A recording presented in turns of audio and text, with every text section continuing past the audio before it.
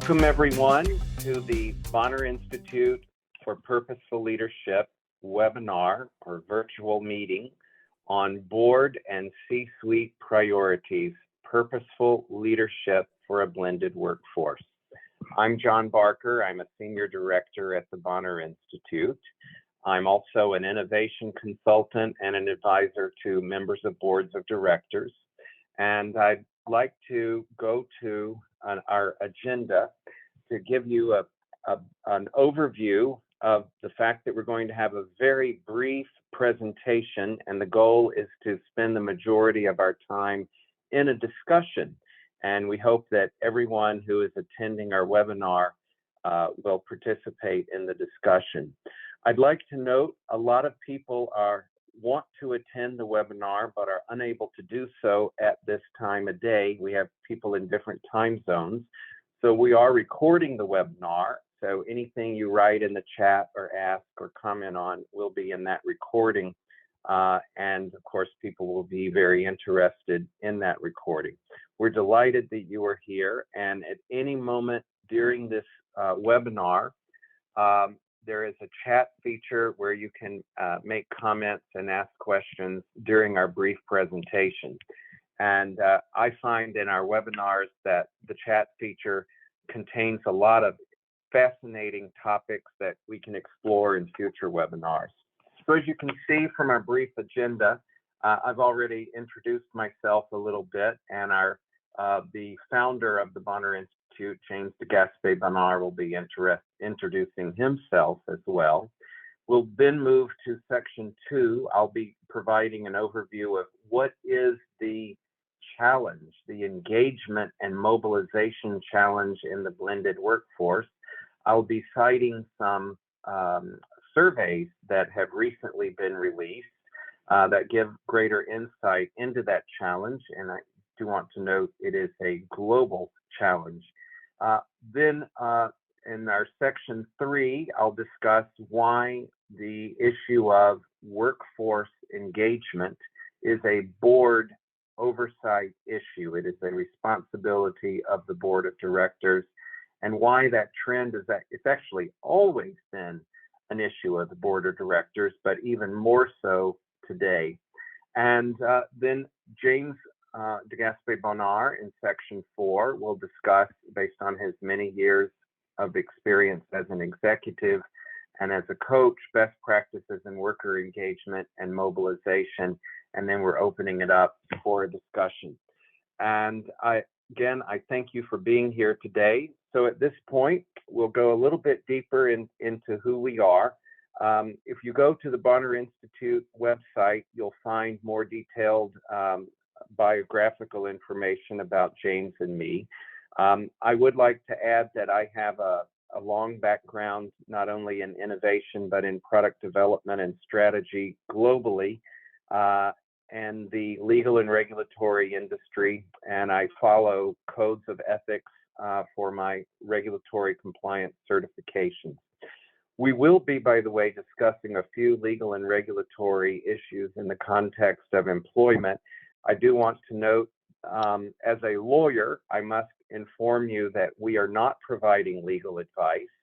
And if you have any questions, you should consult legal counsel. James, can you please introduce yourself? Thank you, John. After 3 decades as a senior business executive in Canada and the United States, I formed the Bonar Institute for Purposeful Leadership in 2014. We are a boutique strategic advisory firm. Our focus is to optimize the executive talent of high-growth companies through purpose. Some people ask, what does purposeful leadership mean? We define purposeful leadership as a moral choice that principal leaders make to achieve something greater than themselves and the companies that they lead. Back to you, John. Okay, James, thank you very much. I would like to note that many years ago, I was an employee of James, and I'm now delighted to be associated with him in the Bonar Institute. Even many years ago, I envisioned working with James because he was such a wonderful leader in a large global organization. So I'd like to discuss what is the blended workforce engagement challenge. And I did not put all information on this slide, but I will cite some surveys. And if you're interested in links to those surveys, please feel free to contact me and I can send the links to you. But if you look on the left-hand side, obviously the majority of organizations comprise full-time employees, and organizational structures and leadership philosophies, including theories of workforce engagement, are really organized and presuppose a set of full-time employees.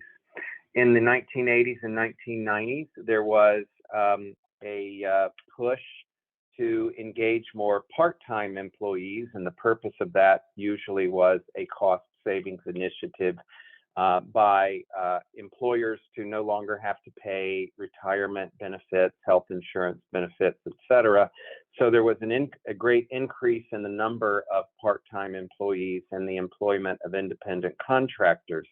And indeed, in that shift, a lot of times the shift was painful because full-time employees would work for a staffing company and perform the same jobs but lose benefits, which of course was very painful and did not improve employee morale and engagement. A very interesting recent phenomenon, particularly in Latin America, countries in Latin America and India, is employers of record. And there's a very interesting August 12, 2022 Wired magazine article that discusses the fact that businesses in North America plan to increase their hiring of offshore tech workers by 70% over the next year. And a lot of those employees or members of the workforce will work for an employer of record in Mexico, India, etc., so that there not only is there a lower cost of labor, but there is quicker access to high-level English-speaking talent, and the employer of record will handle all of the tax, payroll, and regulatory compliance issues. And companies such as Meta, Oracle, Microsoft, etc., will not have to set up a Latin American entity in a particular city. Instead, they will have a master services agreement with the employer of record. Again, if you're interested, I can send you links to that article.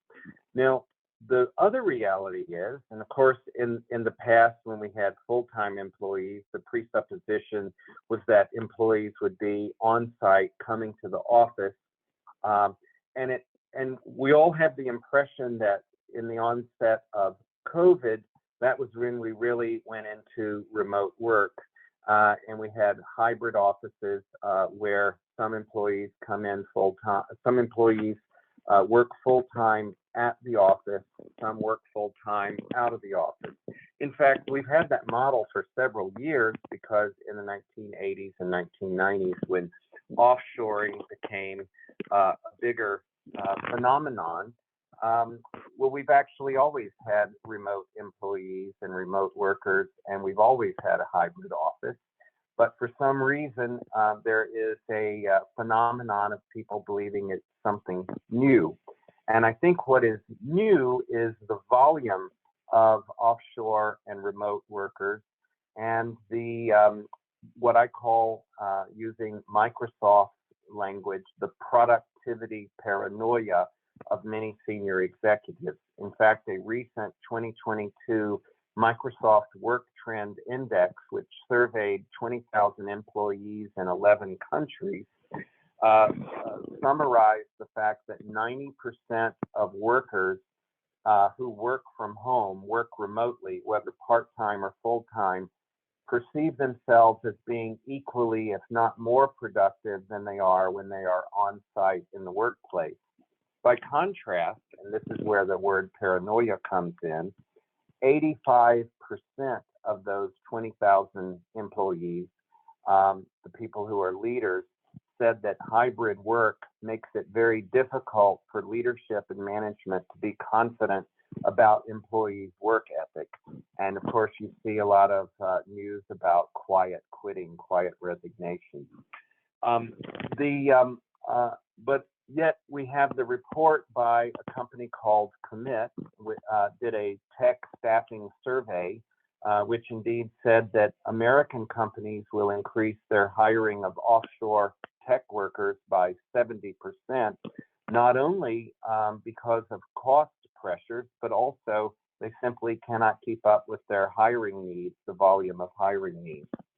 Simultaneously with this, the NACD, the North American Corporate Directors Association, which has 23,000 members of boards of directors in the United States, just issued a report called The Future of the American Board, and that was done by the Future of the American Board Commission.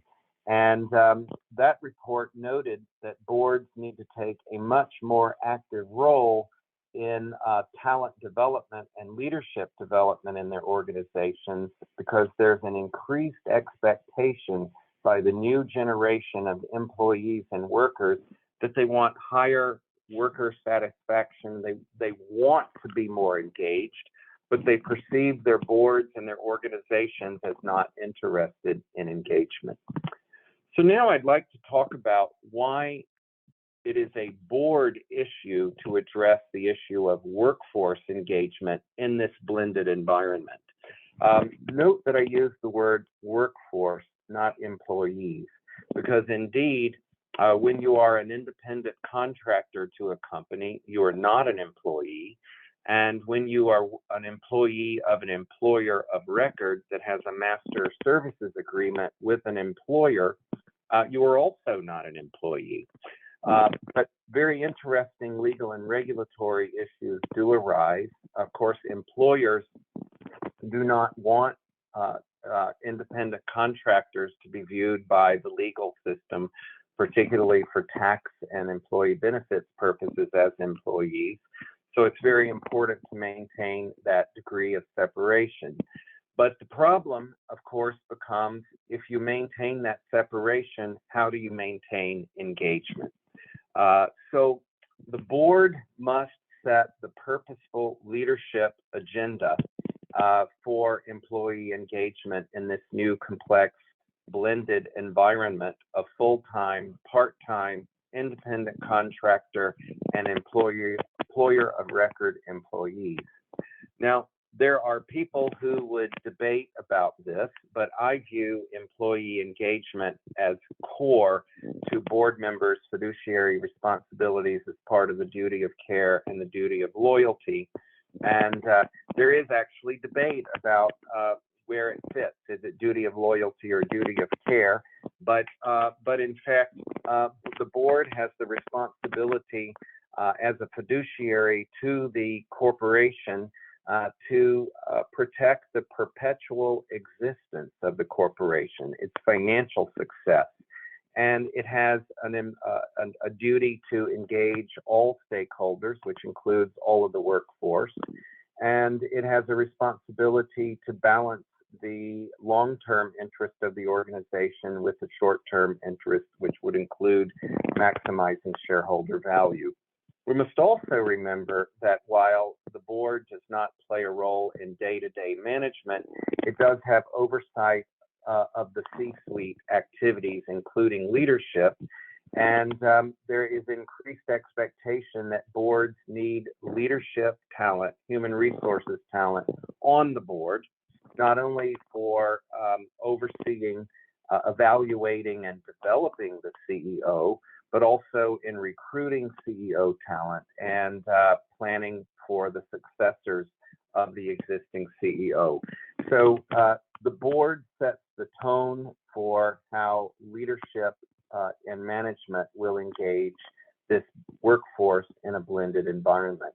I would like to note, and naturally there is debate about these acronyms that I'm using, VUCA and BANI. There's actually a third acronym that is taking prominence, RUPT. I happen to believe that they each emphasize something different. There are people who say VUCA is no longer relevant, Banny has superseded it. I disagree with that. I think they're all different perspectives about the operating environment, the ecosystem in which corporations operate, and in which the board must exercise oversight. But certainly with the geopolitical issues, the uncertain legal and regulatory environment, climate change, and many other issues, businesses are operating in a volatile and uncertain environment. The environment is complex and ambiguous. The cause and effect, causality is no longer linear. The cause of something is no longer clearly the cause of an effect. That's the idea of nonlinearity. Organizations are brittle in light of the challenges that occur. And of course, one of the biggest challenges is indeed, as we see from the Microsoft Work Trend Index, employee engagement and leadership confidence in workers' work ethic. The brittleness of organizations in their inability to quickly adapt to the changing environment causes anxiety in organizations. I would cite again the productivity paranoia and incomprehensibility on the part of organizations and leadership of how to manage in this environment. So employee engagement is going to be essential for maximizing productivity. And at this point, I'd like to turn it over to James DeGaspé Bonar to discuss the best practices in workforce engagement and mobilization. And James, let me know when you would like for me to change the slide. I will. Thank you, John. John, I think it's probably easier just to call me James. The DeGaspé Bonar is a bit long. So Okay. If that's okay with you. So employee engagement and mobilization is important. The bottom line is it improves a company's performance and productivity. That's the bottom line. Employee engagement is even more important in the new and rapidly evolving and complex world of a blended workforce that John has spoken so eloquently. It includes, as John has shown, on-site workers, remote workers, local, national, international, hybrid workers, and the increasing number of independent contractors. These workers, well, they're not employees, these workers often have different nationalities, cultures, beliefs that necessitates values, languages, sexual preferences, and many more. Enhancing teamwork and alignment in this new ecosystem is very challenging, extremely challenging, to say the least. That is why, as John said, to focus on the highest level or at the highest level of an organization on heightening engagement and mobilization is so very important to a company's success. Next slide, please, John. But employment engagement and mobilization has $1 billion problem. Actually, it's more than $1 billion. Only 15% of employees are fully engaged. 15%. 85 merely show up. Basically, they're going to pick up a paycheck. In reality, they've checked out.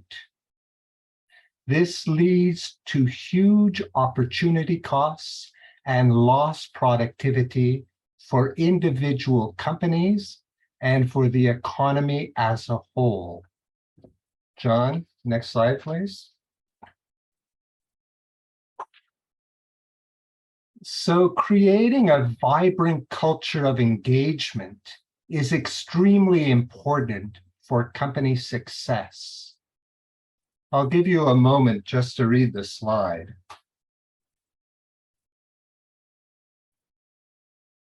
A short moment. It all starts with having a corporate culture that is infused with psychological safety.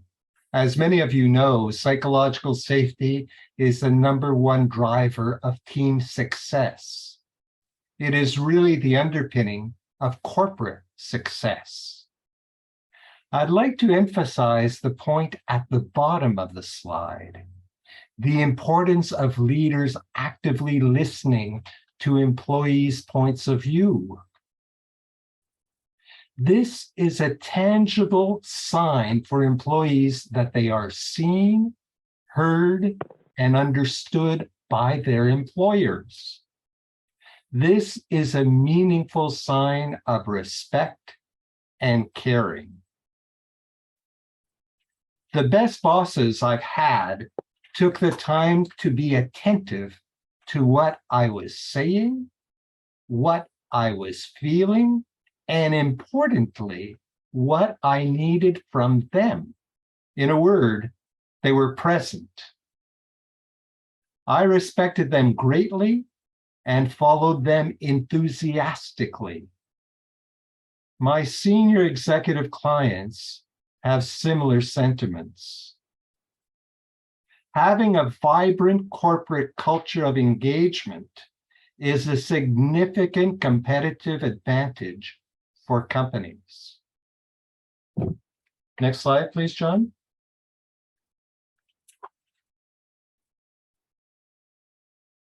I'd like to share with you a personal anecdote from a previous life in business, that is. When I was appointed to lead the Canadian businesses of Wolters Kluwer, a Dutch multinational, my then boss shared with me his key to successfully engaging employees. James, he said, if you treat employees as children, they'll act as children. If you treat them as adults, they'll respond as adults. I know many people will say, James, that's fine, but it sounds like a simple homily. Yet, in my work with numerous executives in business in North America and beyond, I observed that my old boss's counsel still holds true. I'd like to emphasize again that heightening employee engagement and alignment is paramount to the success of a company, paramount. The increased complexity of implementing them successfully in this new blended workforce ecosystem is a major challenge that demands the full attention of corporate boards and the C-suite. John mentioned this. I'm reiterating this. It is that important. Next slide, please, John. And at this point, we will go into discussion. James has some questions that he will be asking me. I have some questions for him as well for discussion. We invite everyone to insert comments and questions in the chat feature. And we will be, of course, unmuting the lines so that we can have a free-flowing discussion. But James and I did, of course, prepare questions in advance that we think will be of interest to everyone. And but we also want to have discussion that is unexpected and unpredictable, that takes us in new directions and we all learn from. So James, I know that you have some questions for me on some of the topics that we've been discussing. John, I'd like to start off with, in your thinking and in your research and in your work, what oversight role do, or rather should, boards do or play in this new ecosystem of a blended workforce? We're talking that they have to play a bigger role. What is it? Yes, indeed. Well, the first, the most important thing is the board needs to understand how leadership development, talent management falls within their fiduciary responsibility, because obviously we just cited the productivity paranoia.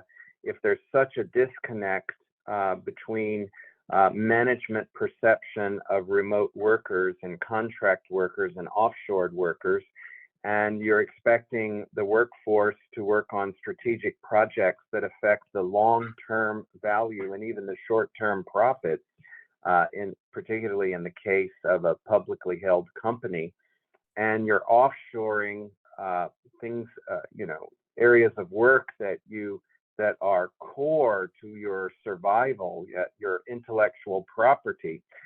Every aspect of dealing with the workforce becomes an issue that is strategic to the entire organization.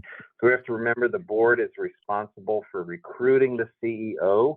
So they'd want to recruit a CEO that pays attention to the leadership qualities in the CEO. Can the CEO help inculcate a culture of an engaged workforce and a mobilized workforce?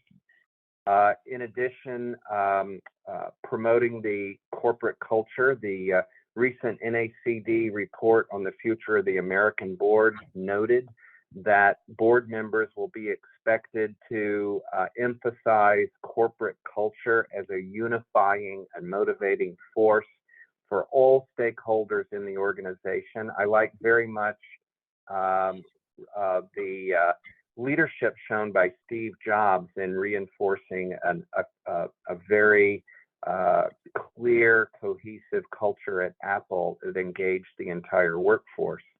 And I think Microsoft has a very strong culture as well. Mm-hmm. And remember also that leadership development is an investment, and on a spreadsheet, it looks like a cost. So when budgets are lean, it's going to require board oversight to maintain leadership development and engagement as a priority, as a budget priority. Mm-hmm. I hope that addresses your question, James. It does. Before we go to our friends and colleagues who are in attendance, I would like to have a follow-up, actually. So the follow-up, John, is the following. We're speaking about boards generically. So we're speaking about the board. But there are many boards, there are many types of companies, there are many sizes of companies. So yeah. with what the role, when I was saying initially, what oversight role does or should the board play, is that contingent perhaps on the size of the company? Is it also contingent perhaps on the industry in which the company is in? Just a question. I think it's all of the above. So truly. So the most obvious distinction is a publicly held company versus a privately held company. So they're going to be different incentives. If you're a publicly held company, you have institutional investors that are going to exercise greater scrutiny over the leadership in the organization because they have a fiduciary duty to their shareholders and investors. And in fact, I consult sometimes with institutional investors, and they actually ask me to give them my judgment about leadership in large companies. Do I believe they're ethical leaders? Do I believe they're effective leaders? So absolutely, large companies and of course the stock exchange listing rules also looked very carefully at leadership. The New York Stock Exchange versus NASDAQ, you have to take a look at that. When you go into privately held companies, family-owned businesses, as well as companies that have a strong founder culture in which the founder is the CEO, you're going to have there are often going to be a lot of accountability issues that can hinder the employee engagement when there's favoritism towards a family member, executive position. So they don't have the Wall Street pressure or institutional investor pressure, but they do have investors that are interested in growing the business, and then there are often family issues, and then a dominant founder as well. Then you look both in the publicly held and privately held, the maturity of the business. In the context of publicly held companies, a company that just recently had an initial public offering and still has a dominance from the legacy founder who might be retained under some sort of agreement, retention agreement, or you have executives that are retained and there's going to be leadership conflict with the organization that acquires. And I know Christine, who's on this call, one of the services her company provides is the integration of recently acquired companies if there's an acquisition. So that's a different leadership dynamic, engagement, employee engagement issue. Then if you have a privately held company, if it's a startup funded by friends and family versus a startup that's growing very rapidly and needs professional management beyond the founder, that's going to be another leadership dynamic. So I think it's hugely different. So some of the issues are universal to all organizations, all businesses, whereas others differ by the stage of business. I would like to note, you raised another issue, and Bira, who is on this call, one of the, he is in the mining industry, and that has a very different workforce dynamic than, let's say, an industry that's like Microsoft or Meta. So the regulatory environment, the regulations that you must comply with, health and safety, that's going to have a different leadership engagement dynamic. Do employees feel that management cares about their health and safety? How is that manifested? That will in fact affect engagement versus where you have, inventors and high-level software programmers and artificial intelligence. Do they believe that their work is valued? Are they motivated to leave and create a startup to compete with their employer? So the industry sector is going also, I think, makes a very big difference. And I would love to hear Bira's input when we open up the floor. And I'd love to hear Christine's input, who has worked in helping organizations integrate acquired companies and addressing the leadership dynamics as well. So let's address that point right away and say that the floor is open.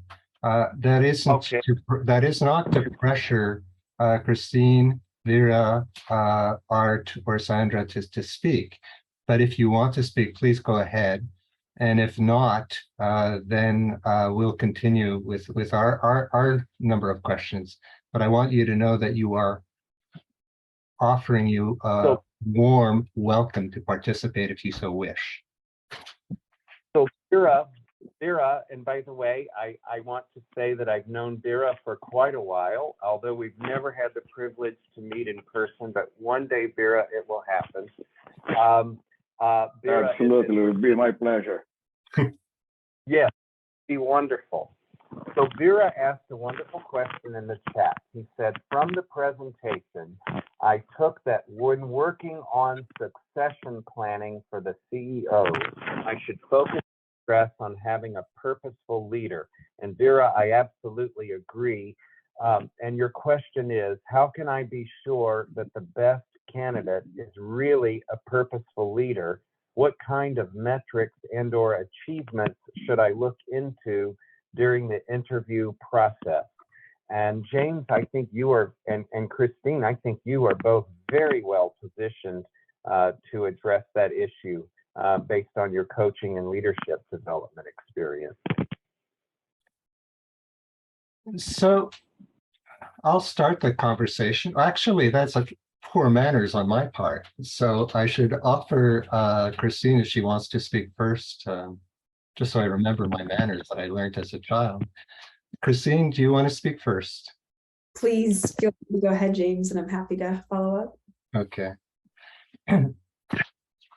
So I think when we're talking about here, the way that we define purposeful leadership is we talk really in terms of stakeholders. We talk in terms of a moral decision. We talk about principle. So essentially, we're talking about values, and we're talking about values of a collective values. So that in this instance, the collective values are the stakeholders, the way we define stakeholders, and there's so many definitions for stakeholders, and they vary from company to company in many regards, quite rightly so. But the way we define the stakeholders is we start off, of course, with the shareholders because they're the ones who put the money in. But we also speak, of course, about management. We speak about the employee base. We speak about the vendors. We speak about the clients or the customers. We speak about the larger community. We speak also about the environment.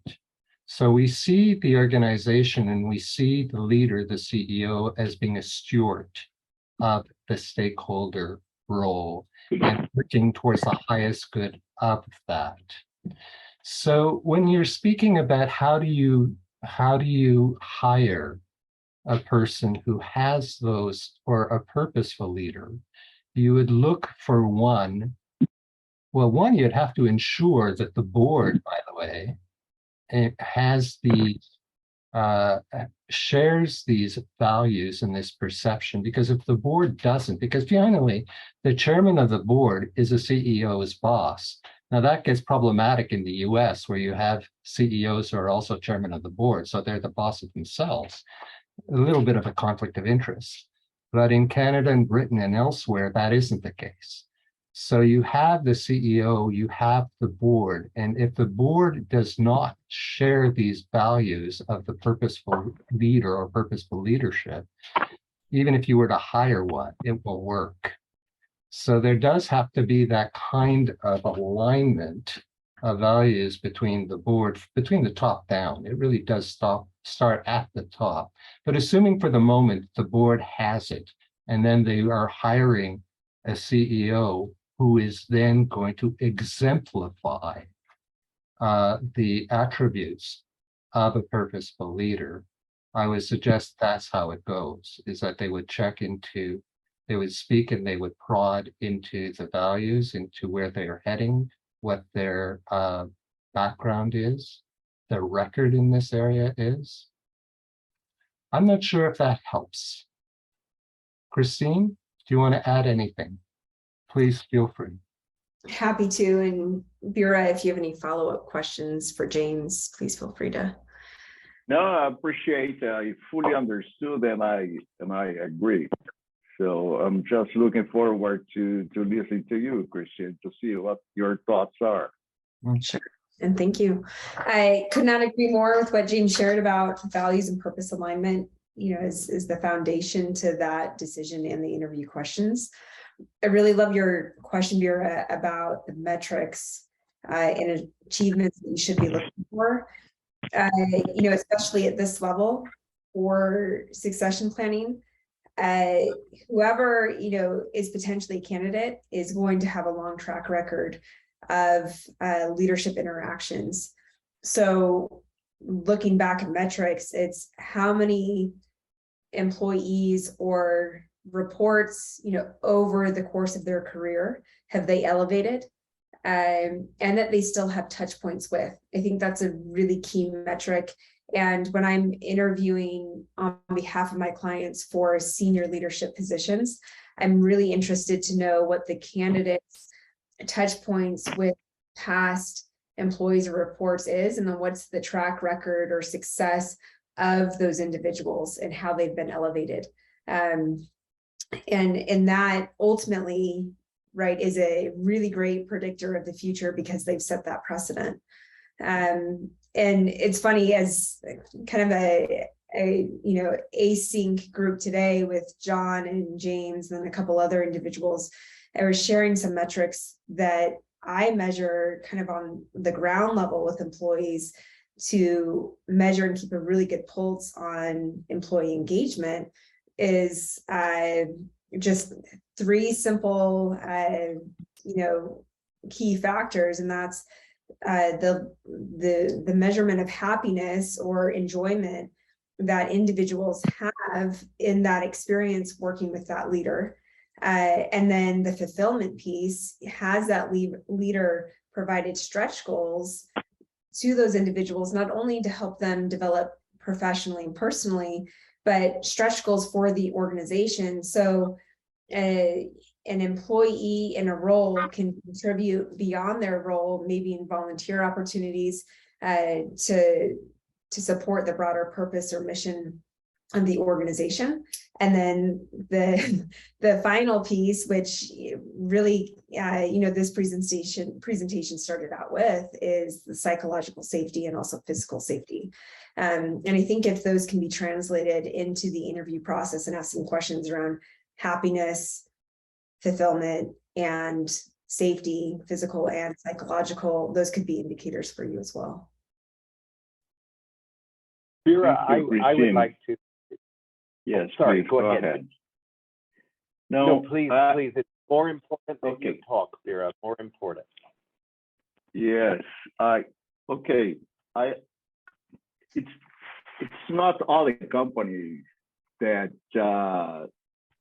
doing a frequent basis this culture assessment to see how happy the employees are and how committed the employees are. Usually, when you cross-check references up and down,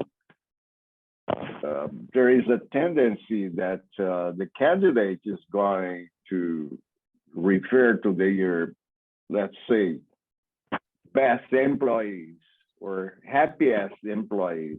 So that's where my difficulty lies. I don't know if I'm expressing myself well, but yeah. May I just add something to that? When you're talking about the employees and happiness and so on, I'm wondering if there isn't a subtext to your question, and the subtext being that perhaps the organization or the company would question the merits of purposeful leadership. You clearly understand purposeful leadership and you embrace purposeful leadership. Otherwise, you wouldn't be posing the questions that you're posing. One of the things about these companies is that they don't fully appreciate that purposefully led companies and organizations outperform financially those that are not by a little bit, but by a lot. And that is compared to companies on the Standard and Poor, the 500. They outperform them over a period of between 3 and 15 years. If ever you're interested, I do have the references for that. But when I'm speaking to board members and some others, and I'm speaking about purposeful leadership, many of them would tend to think, well, that's fine, James. This is some sort of carryover from the 60s, and you've had too much marijuana or what have you. And it's not that at all. When we're talking in terms of psychological safety, which some people will dismiss because they think it's a soft thing, and actually some people will equate it to a weakness, when they realize the effect it has on team performance and the importance it has on the success of a company going forward, and how it can then be seen as a competitive advantage against other companies that are not. And then when they understand that purposely led organizations, and we're talking about companies, outperform others, it changes the whole dynamic of the conversation completely. So then it becomes, from their perspective, that it is enlightened self-interest. Maybe they were doing it, quote unquote, for the wrong reasons, but they're understanding that there is a merit in this approach. And if it's properly implemented and supported, then it can have an amazingly positive impact on all concerned, including for their shareholders. So that's the end of my parentheses. Could I add a point to all Yeah. of this? In relation to the board and the board's role in defining purpose and overseeing purpose. I think that one of the opportunities as boards evolve, as we know, there's a lot of interesting stuff going on that you mentioned, the report that came out today from NACD. Mhm. I think that looking at safe cultures, these kinds of issues to do with productivity and empowerment of employees could be better served at the board level by folding it into the risk management portfolio. Because if you think about employees who are disengaged, employees who are unhappy, employees who feel they're not being respected and supported, or even maybe treated semi hostily, that's a risk issue. Yeah. And it can come with all kinds of liabilities in terms of confidentiality regarding brain trust with the company and knowledge of internal aspects to do with the company that are competitive intelligence matters. I mean, you can go down the list. So I think that, there's an aspect to this that could be rolled up into the risk management piece that's expanding at the board level. That's my 2 cents. No, it's excellent. Can I just build on that for a moment and then I'll keep quiet? What I'm going to build on is absolutely from a risk management perspective, but if we can even go a step further and tie it to the strategic opportunities which a board has identified. So these are things that the board has identified. This is an opportunity we feel we should exploit, work on, build on. And then if we can then tie the risk to that, it becomes even more powerful, I would think. At least I would like to. Yes, go ahead. Oh, sorry. Go No. ahead, please. I'm finished. Someone spoke, and it's more important they speak instead of me. Vera, was that you?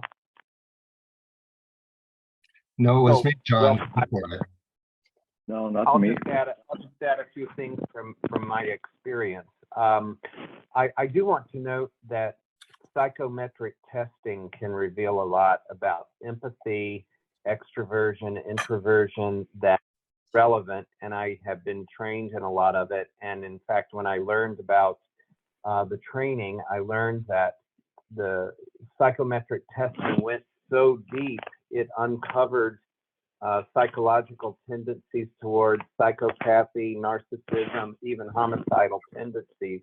And the company that produced it actually had to suppress some of the findings that would come out. So psychometric testing can be quite accurate, and I think that's something to explore in the other thing I wanted to note. Since we're being recorded, I won't go into deep detail, but let's just say I was working in a country in the Eastern Hemisphere that state-owned business purchased a mine.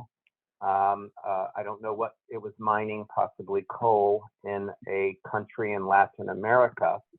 And this business, legal department was trying to help the management escape being kidnapped by the employees of the mine, because the employees perceived that management was not attentive to their safety. So in the mining industry, the workers notice the tone from the top. And so I think it's very important and that was an acquisition, and the acquisition, even leading up to it, was received very negatively. So I think it's not only recruiting the individual leaders, it's looking at the entire organization that the leader works with. What is the culture of the organizations that the leader has worked with successfully in the past? One other thing I'd like to note is I get consulted by private equity firms and institutional investors, and even companies that are hiring executives. And by the way, James, I'm sorry, there's noise. It's not coming from me. I don't know where it is. There are institutional investors who, let's say, find me on LinkedIn and they see I'm associated with an executive, although I've never been an employee of the executive, but they are doing due diligence on what is the reputation of the executive, et cetera. What is their ethics? What is their, how do they relate to people? So it is possible to do due diligence that has to be done under a non-disclosure agreement, because there are defamation and libel issues depending on what jurisdiction you're in. I think there are a lot of ways to discover the level of empathy and the degree of purposeful leadership. Okay, we have another question I'd like to raise. So Sandra has a very interesting question. Sandra Matilva on the call. Do the data have details about a CEO internally from the firm versus an externally chosen CEO who can be more successful in creating engagement cultures? So I guess the question is it better to hire internally and that an internal candidate has a higher probability of creating a culture of engagement versus a CEO hired externally? Is there something about that? And I don't have a good answer. James and Christine, do you have thoughts, or Art, do you have thoughts on that based on your experience? I can give a partial one on that, and it's not so much related to creating a culture of engagement. It's rather how long do they last before they're asked to leave. And because relatively, you know that when people are hired into these positions, their tenure can be quite short. So what they do know, this goes back to, it's not CEOs, but they're the senior people. So it's a C-suite, so it could be the CFOs, it could be the senior executive VPs and what have you, is typically employees who are promoted into a position tend to, quote unquote, last longer than those brought in from elsewhere.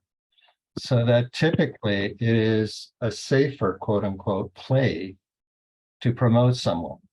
Now, there can be very, very good and clear reasons for bringing an external candidate in. For example, if you want to change the corporate culture, hiring somebody internally won't necessarily be the best move.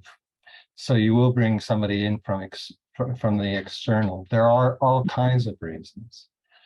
But that does not touch on the question that Sandra was raising about from the point of view of creating an environment or a better environment of engagement and alignment. But this is the people who survive longer. Does anyone else have on that question or reinforcing what James said? Sure. And I would just add, it's a really fantastic question, Sandra. I would add that the CEO that is more successful here is the one that takes it seriously and really maps to intentionality around it. And James and John use the word intentionality often, and it's key here.